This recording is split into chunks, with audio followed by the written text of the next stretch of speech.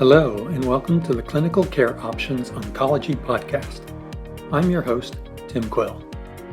In this episode, Dr. Alain Ravoux and Dr. Marine Gros-Goupil from the Bordeaux University Hospital in Bordeaux, France, will be discussing the current evidence for and use of immune checkpoint inhibitors for patients with advanced urothelial carcinoma. Please note that this podcast episode is in French. This episode is an installment in a podcast series featuring experts from across Europe and South America, which is part of a larger educational program entitled Application of the Latest Immuno-Oncology Developments to the Treatment of Urothelial Cancer. For more information on Dr. Ravoux and Dr. Gros-Goupil, along with a link to the complete program, including the other podcast episodes, a downloadable slide set, and on-demand webcast, please visit the show notes for this episode. Now let's get started and hear what the experts have to say on this important topic. Bonjour, je suis Alain Ravoux, oncologue médical au CHU de Bordeaux, et je vais intervenir avec ma collègue, le docteur Marine Gros-Goupil, qui est également oncologue médical au CHU de Bordeaux. Et nous allons parler essentiellement de l'utilisation des inhibiteurs de la réponse immunitaire dans le cancer de la vessie, en abordant les premières lignes de traitement et les lignes secondes lignes et au-delà, avec éventuellement les molécules d'avenir proche. Marine, tu t'occupes beaucoup des patients atteints des cancers de la vessie. Et c'est vrai qu'on se pose beaucoup de questions sur les premières lignes de traitement, notamment si nous avons des raisons de quitter l'utilisation des chimiothérapies que nous utilisons et lesquelles, ou est-ce qu'il y a des données récentes qui plaident pour les associations de chimiothérapie et d'immunothérapie? Alors c'est vrai que sur les cancers, les tumeurs, les carcinomes urothéliaux, on avait quand même un passé très fort sur le cisplatine, puisque on n'a pas eu beaucoup d'avancées thérapeutiques jusqu'à l'arrivée des immunocheckpoints en deuxième ligne, et on s'attendait à avoir des choses beaucoup plus intéressantes encore en première ligne, notamment avec des questions de combinaison associées à la chimiothérapie, surtout par analogie avec ce qu'on a pu avoir pour le cancer du poumon. Et donc malheureusement, les données qui ont été présentées récemment sur cette ESMO 2020 en courant septembre ont nous ont fait un peu déchanter, et en tout cas ont renforcé vraiment la place de la chimiothérapie et notamment du cisplatine. Vous êtes d'accord avec cet avis, Alain? C'est aussi votre perception de déception? Oui, c'est une perception déception, mais est-ce que tu trouves que, il n'y a pas de gain de survie globale, mais est-ce que tu trouves qu'il y a des impacts intéressant quand même sur les taux de réponse et ou sur la survie sans progression, ou tu es également déçu sur ces paramètres d'évaluation de la combinaison? Alors c'est vrai que en situation métastatique, on a toujours c'est plutôt les critères de ce qu'on recherche, c'est de faire vivre notre patient le mieux possible avec une maladie contrôlée la plus possible. Donc à la fois ces deux critères que sont la survie sans progression et la survie globale, mais on sait aussi bien sûr, il faut regarder les autres objectifs, et on avait déjà des données en néoadjuvant intéressantes sur les réponses des tumeurs exposées uniquement aux inhibiteurs de point de contrôle immunitaire. Et donc, effectivement, on pouvait s'attendre à ce qu'il y ait une espèce de synergie qui a l'air quand même d'être là. C'est-à-dire que si on regarde effectivement les données de la Keynote 361, que ce soit en termes de taux de réponse, surtout complète, on a quand même l'impression qu'il se passe quelque chose. Donc en fait, plus l'impression que la chimiothérapie permet quand même de passer un cap, et avec la place de l'immunothérapie. Alors ça, c'est un peu aussi à mettre en contrepoids des données qu'on a eues de Javelin qui sont venues aussi bousculer. Là, pour le coup, la place de l'entretien d'immuno était sans doute beaucoup moins attendue, mais avec des résultats très intéressants. Oui, donc ça voudrait dire qu'avec ces données-là que tu rappelles les essais de phase 3 de combinaison de chimiothérapie et d'immunothérapie plus les données de l'essai Javelin.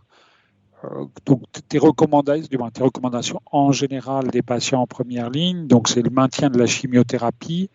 Et est-ce que tu as un avis totalement tranché sur gemcitabine cisplatine ou gemcitabine carboplatine? Et est-ce que tu considères que globalement, on devrait proposer de l'avelumab en maintenant chez tous les patients qui ont au moins obtenu une maladie stable? Alors, oui, je pense que on avait quand même pas mal de données sur le fait de privilégier le cisplatine chez les patients que l'on appelle FIT, c'est-à-dire tous ceux qui peuvent avoir, en l'absence de contre-indication cardiaque, rénale, du cisplatine. Il faut clairement privilégier. Pas tellement par les données que l'on a eues sur les études qui ont été présentées récemment, mais davantage sur, pour le coup, les données de la littérature passée.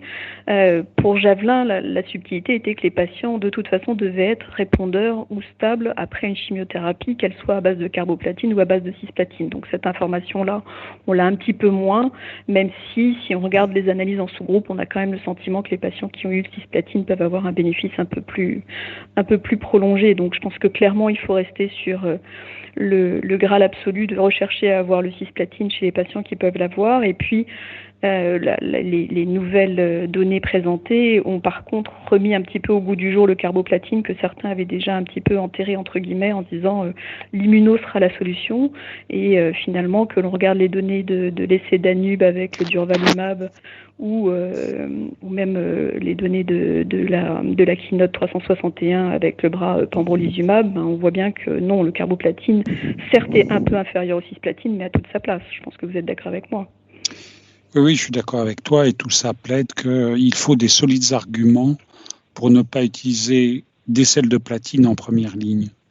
Et donc, c'était la question un peu après qui revient, c'est chez les patients qui ne sont pas éligibles, il y a une différence entre pas être éligible aux sels de platine et pas être éligible au cisplatine. Donc, si nous privilégions le cisplatine sur les éléments que tu as donnés, il est souvent quand même possible de proposer du carboplatine en première ligne et que dans ces cas-là, les patients qui ne sont pas ni éligibles au cisplatine ni au carboplatine, bien souvent, ces patients auront juste une proposition de soins palliatifs. Peut se discuter chez quelques patients, mais je pense que c'est assez limité, une immunothérapie de première ligne chez ce patient dit unfit, en sachant qu'il n'est pas disponible en France. Et il y a quelques résultats, et c'est vrai que le plus provocateur de cela, et c'est le maintien des taux de réponse sur le long terme avec le pembrolizumab en première ligne, mais avec, pour la plupart des patients, peu de réponses et peu de gains en survie sans progression. Donc, il y a un caractère très aléatoire du résultat. Et l'autre point, c'est que il n'apparaît pas si nettement que ça que les patients ont besoin d'être PDL1 positifs pour tirer des bénéfices, puisque des patients qui sont PDL1 moins peuvent aussi en tirer. Donc, il y a des ambiguïtés sur les recommandations qui avaient été émises il y a quelques mois.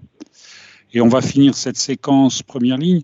Donc finalement, dans la pratique, en tout cas en France, aucun intérêt en dehors de la recherche clinique de rechercher l'expression de PDL1 pour guider nos choix. Clairement. Effectivement, et d'ailleurs, c'est peu fait dans les centres, sauf effectivement dans un contexte de centre de recherche avec une espèce de screening des patients pour des essais à venir. D'accord. Donc voilà un peu pour notre approche interne et partagée avec d'autres au niveau national et heureusement sur l'approche de la première ligne.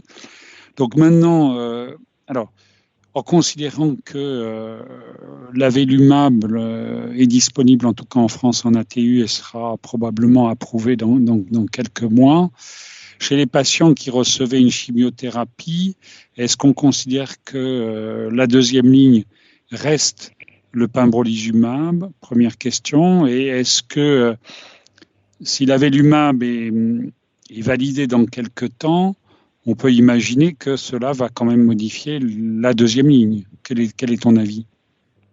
Alors, je pense qu'effectivement, on va se retrouver dans deux situations initiales assez simples, qui vont être les patients qui par définition ont progressé sous traitement par sel de platine, et cela par définition, ce sera une indication entre guillemets stricte de traitement de seconde ligne par pembrolizumab avec de façon globale, sans justement cette notion de recherche d'expression de PDL1, encore moins probablement dans cette situation-là, puisque pour le coup l'indication n'est pas conditionnée, et le fait de changer de molécule en termes de mécanisme d'action a toute sa place avec les données qu'on a de la phase 3. On va se retrouver après dans l'autre groupe, un peu plus complexe, des patients qui sont en réponse complète ou en réponse partielle ou stable, sachant que chez ces patients-là, on a vu le bénéfice de l'avelumab n'est pas complètement le même, c'est-à-dire que chez les patients qui sont en réponse complète, on a un délai avant progression qui est quand même relativement long, et du coup, on va pouvoir se mettre possiblement dans la situation qu'on avait l'habitude de faire jusqu'à présent, tant qu'on n'avait pas beaucoup de médicaments, c'est-à-dire cette notion de platino-sensible, platino-résistant, et donc d'intérêt de re-challenge éventuel d'une chimiothérapie avec un platine, que ce soit avec une combinaison à base de gemcitabine, que ce soit avec une chimiothérapie, une combinaison à base de paclitaxel. Ça peut avoir son sens de faire un taxol carboplatine chez un patient qui a été mis en réponse complète par la première ligne de gemcitabine platine, ensuite a eu l'avelumab en entretien et en gros a eu un délai très important. Là où ça devient un peu plus compliqué, c'est les patients stables et répondeurs partiels, puisque on voit dans les données de l'étude, on a finalement assez peu de patients qui deviennent répondeurs complets avec l'ajout de l'avelumab. On gagne quelques pourcentages, mais pas de façon très, très forte. Et en contrepartie, le délai avant progression, je pense que vous êtes d'accord avec moi, on est sur un délai qui est relativement court malheureusement et qui du coup fait remettre un peu en question cette notion de re-challenge de sel de platine. Ce sera une chimiothérapie. Est-ce qu'on fera une chimiothérapie simple par taxol comme on le fait depuis des années? Ça fait partie des questions.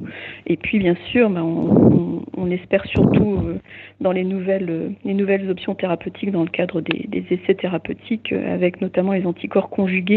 La place du pembrolizumab, selon moi, est quand même très limitée, mais j'aimerais bien avoir votre avis. Non, je pense que tu mets le point sur une des choses essentielles que l'on va vivre, c'est-à-dire au-delà des quelques patients qui vont être en contrôle très prolongé ou remettre un sel de platine va être probablement une pratique qu'il va falloir valider par des résultats. Un bon nombre de patients, on sait, 30-40% vont progresser rapidement. Et là, il est clair que la reprise d'une immuno n'est probablement pas le schéma le plus adapté.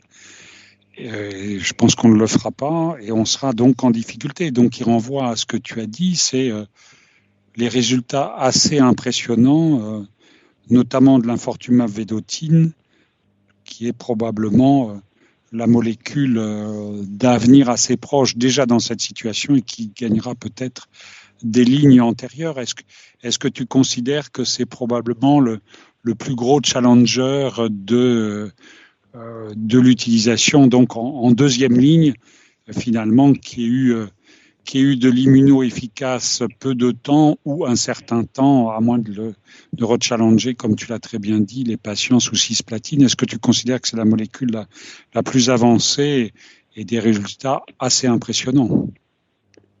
C'est effectivement la molécule la plus avancée. Après, comme autre molécule qui quand même semble également prometteuse et avec un peu un même mécanisme d'action, il y a le sozituzumab govitecan qui est lui aussi un anticorps conjugué avec un agent cytotoxique différent et une cible différente, mais qui, là encore, sur les données qui ont été présentées, notamment par Johan Loriot à l'ESMO, semble quand même les résultats semblent très très encourageants. Mais effectivement, l'enfortumab a un temps d'avance puisque est déjà évalué en phase 3 avec une étude qui est fermée aux inclusions post-chimiothérapie, donc dans cette situation de seconde ligne. Alors il s'agissait de patients qui n'ont pas été exposés à l'avelumab en entretien, donc les résultats seront par définition un petit peu hors sujet entre guillemets, si on peut dire. En tout cas, sauf pour les patients qui sont progressifs sous la chimiothérapie par platine dès le départ, réfractaires on va dire. Mais effectivement, avec une étude de phase 3, notamment de combinaison qui va être intéressante avec le pembrolizumab. Donc oui, clairement, on attend et on espère ne pas être déçu comme on a pu l'être les différentes études présentées à cet ESMO.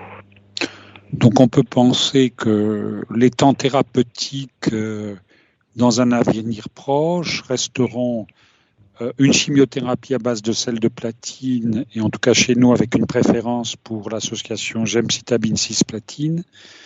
Les patients qui sont mis au moins en maladie stable recevront de l'avelumab en entretien, et on espère avoir assez vite de l'infortumab vedotin en deuxième ligne, même si tu l'as très bien dit, d'autres molécules de mode d'action un peu différentes arriveront, mais seront, même si les résultats sont positifs, un peu plus tardifs dans la disponibilité.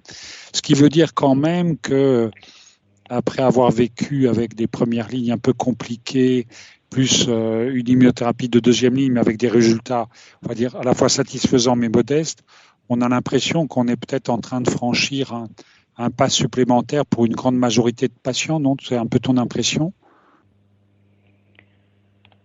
Disons que l'arrivée des immunos ont permis clairement une ouverture. La déception peut-être, c'est que, et on l'a vu dans les autres types tumoraux, c'est qu'on a un contingent de patients qui tirent vraiment un bénéfice, et notamment si on se réfère au pembrolizumab, on a à peu près 20-25% des patients qui réellement ont un bénéfice. Après, c'est la particularité de cette immunothérapie avec cette phase de plateau, et donc un bénéfice qui pour le coup est fort en termes de réponse, de bénéfice clinique, de tolérance, et qui est surtout prolongé. Donc là-dessus, on a effectivement clairement eu un vrai bénéfice. Derrière, c'est plus l'ouverture effectivement sur des molécules un peu innovantes en termes de mécanismes d'action qui laissent présager que les choses vont évoluer et que ça ira plus vite que les 20 dernières années depuis la sortie de la gemcitabine. Ouais. Voilà. Et par contre, les patients qu'on considère comme celles de platine inéligibles restent toujours quand même si l'infortumab vedotin donne quelques résultats, reste quand même une population plus fragile et pour lequel je pense qu'on a encore beaucoup de travail à faire. Oui. Est-ce que tu voulais rajouter quelque chose d'autre qui pourrait être utile à nos collègues français? Bon, je pense qu'on a fait on a bien survolé l'ensemble du paysage thérapeutique et voilà, a priori, voilà, la chimiothérapie est toujours là. Merci Marine, on vous remercie de nous avoir écoutés. Thank you very much, Dr. Ravoux and Dr. Groh-Goupil, and thanks to you, the listeners, for joining us. As a reminder, to view the full program, application of the latest immuno-oncology developments to the treatment of urothelial cancer, please click on the link in the show notes. As always, thanks for listening.